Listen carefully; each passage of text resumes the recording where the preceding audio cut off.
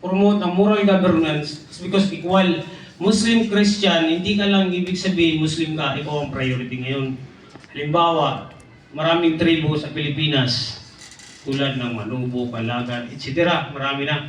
Ang paningin ng equal justice dyan ng panggobyerno is equal. Kung anong binibigay sa iba, ay yan rin ang ibibigay sa ibang grupo. Okay. So ba't hindi nyo sinulat? wala nang writer ko ba? Wala nang ano ko. I-explain ko na lang. Kasi yung ano to, pang kuan ba? Pang Harvard style.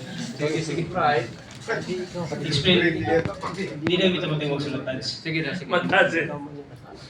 Ngayon, itong equal justice ay magugustuhan ng lahat.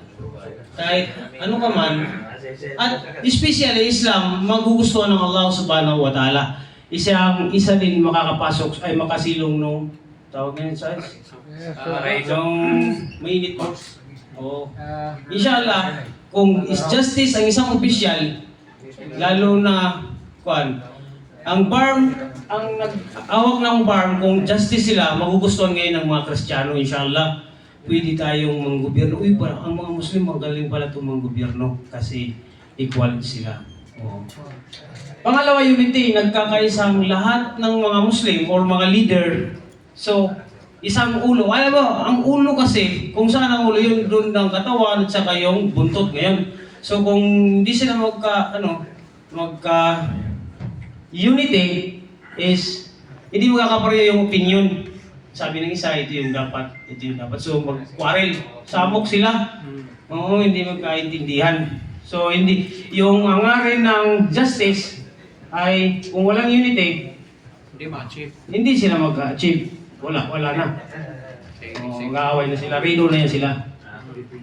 Okay. Dito naman tayo sa number 3. Patient, ang nasulat, okay lang.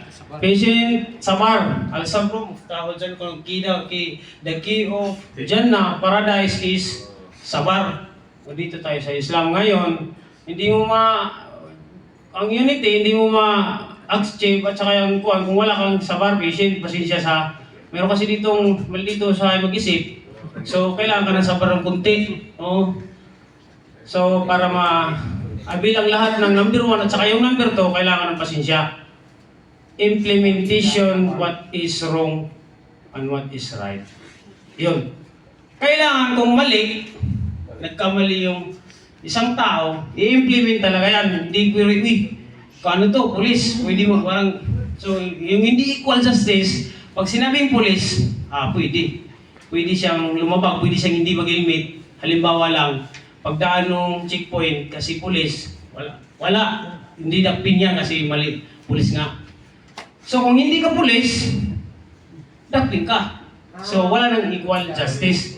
Hindi, kung wala tong implementation na tama, ang unity at saka equal justice, hindi rin to mag-success. Okay. Parang siguro, mataas na siguro to. Mga kapapatid, pwede tayong bukas pa. Pero dahil marami pang magsalita, inshallah ta'ala. Assalamualaikum warahmatullahi wabarakatuh.